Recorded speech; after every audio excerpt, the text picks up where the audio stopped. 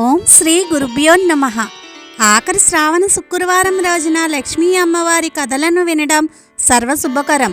ఈ వీడియోలో మనం శ్రీ మహాలక్ష్మి మహిమాన్వితమైన నారాయణీదేవి రూపంలో ఎక్కడ ఎలా వెలిసింది, ఆ దేవాలయంలోని వింత విశేషాలను తెలుసుకుందాము. శ్రీ నారాయణి అంటే ముగ్గురు శక్తి దేవతలైన శ్రీ దుర్గా, శ్రీ సరస్వతి మరియు శ్రీ మహాలక్ష్మి స్వరూపం. సిరుల తల్లి శ్రీ నారాయణికి స్వచ్ఛమైన బంగారు దేవాలయం ఎక్కడుందో తెలుసా? సాధారణంగా గోల్డెన్ టెంపుల్ అంటే అమృత్సర్ మాత్రమే గుర్తొస్తుంది. కానీ తమిళనాడులోని శ్రీపురంలో కొలువైన శ్రీ లక్ష్మీనారాయణి అమ్మవారి ఆలయం అంతా స్వర్ణమయమే.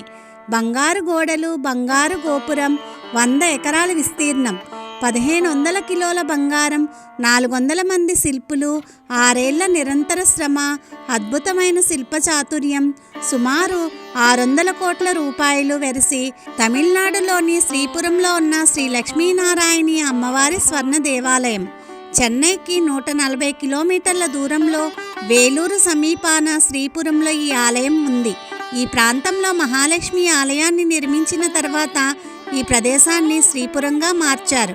ఈ ఆలయాన్ని చేరుకోవాలంటే 1.5 కిలోమీటర్ల దూరంలో ఉన్న నక్షత్రపు ఆకారంలోని మార్గం గుండా వెళ్ళాలి.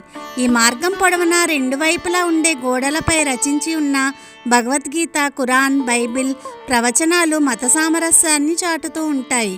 7 ద్వారాలు, 7 జన్మల ముక్తికి మార్గాలు.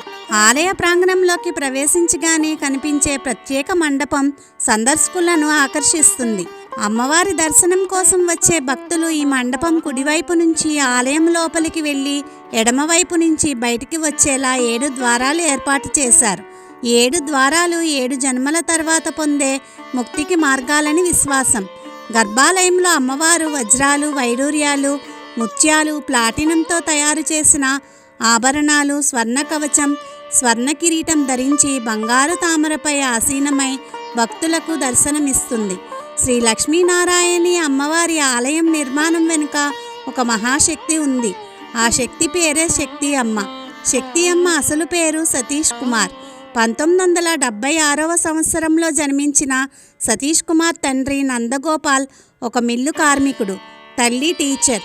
సతీష్ కుమార్ చిన్నప్పటి నుంచి తక్కిన పిల్లల్లా చదువు, ఆటపాటలపైనే ఆసక్తి చూపకుండా గుళ్ళు, గోపురాలు, పూజలు, యజ్ఞ యాగాదులు అంటూ తిరిగేవారు.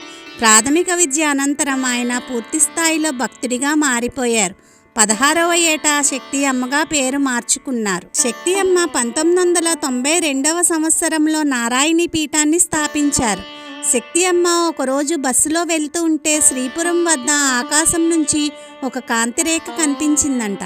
ఈ వెలుగులో లక్ష్మీదేవి రూపం దర్శనమిచ్చింది. ఆయన అప్పటి నుంచి నారాయణీ పీఠంలో అమ్మవారి విగ్రహాన్ని ప్రతిష్ఠించి పూజలు, ఆధ్యాత్మిక ప్రవచనాలు, సేవా కార్యక్రమాలు చేపట్టారు. పీఠం తరపున ఉచిత వైద్యశాల, పాఠశాలను కూడా నిర్వహిస్తున్నారు. పరిష్కార మార్గాల్ని సూచించడం, నిత్యాన్నదానం వంటి కార్యక్రమాలను కూడా నిర్వహిస్తూ ఉంటారు. దేశ విదేశాల్లో ఉన్న శక్తి అమ్మ భక్తులు స్వర్ణ దేవాలయం నిర్మాణంలో పాలు పంచుకున్నారు. ఈ ఆలయ ప్రాంగణంలో ఎన్నో వింతలు, మరెన్నో విశేషాలు, మచ్చుకు కొన్ని ఇప్పుడు చూద్దాం. గర్భాలయంలో అమ్మవారికి అభిముఖంగా 27 అడుగుల ఎత్తుతో పంచలోహాలతో తయారు చేసిన 10 అంచెల దీపపు స్తంభం ఉంటుంది. ప్రతిరోజు ఇందులో 1000 ఒత్తులతో దీపారాధన చేస్తారు. ఆకాశం నుంచి చూస్తే ఈ ఆలయం శ్రీచక్రం ఆకారంలో ఉంటుంది. ఆలయానికి రాజగోపురం ఉంటుంది. తిరుమల ఆలయం తరహాలో చుట్టూరా 36 స్తంభాలు ఉంటాయి. మధ్యలో ఉన్న షాండ్లియర్ పూర్తిగా బంగారంతో చేసిందే. ఆలయ ప్రాంగణంలో ఏర్పాటు చేసిన ప్రత్యేక విద్యుత్ దీపకాంతులతో ఆలయ శిల్ప కళా చాతుర్యం అబ్బురపరుస్తుంది.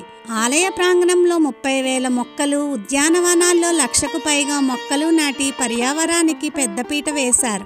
ఆలయం చుట్టూ 10 అడుగుల వైశాల్యంలో నీళ్లతో నిండిన కందకం ఉంది.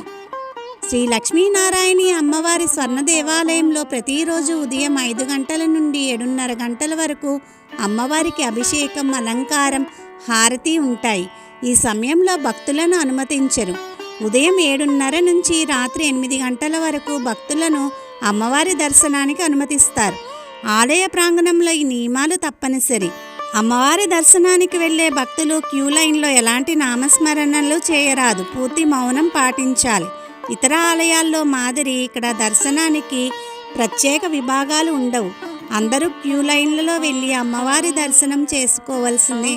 ధనిక పేద తారతమ్యాలు లేని సమానత్వం ఇక్కడ ప్రస్ఫుటిస్తుంది. చిత్తూరు నుంచి 49 కిలోమీటర్ల దూరంలో, తిరుపతి నుంచి 134 కిలోమీటర్ల దూరంలో, చెన్నై విమానాశ్రయం నుంచి 145 కిలోమీటర్ల దూరంలో ఉన్న ఈ ఆలయానికి అన్ని రకాల రవాణా సౌకర్యాలు అందుబాటులో ఉన్నాయి. జీవితంలో ఒక్కసారైన ఈ స్వర్ణ దేవాలయం దర్శిస్తే 7 తరాల వరకు దారిద్ర్య బాధలుండవని విశ్వాసం. పసిడి కాంతలతో మెరిసే మండపంలో నిల్చుని అమ్మవారిని దర్శిస్తే అష్టైశ్వర్యాలు సిద్ధించి సంతోషప్రదమైన జీవితం లభిస్తుందని భక్తుల విశ్వాసం. ఓం శ్రీ మహాలక్ష్మీదేవియై నమః.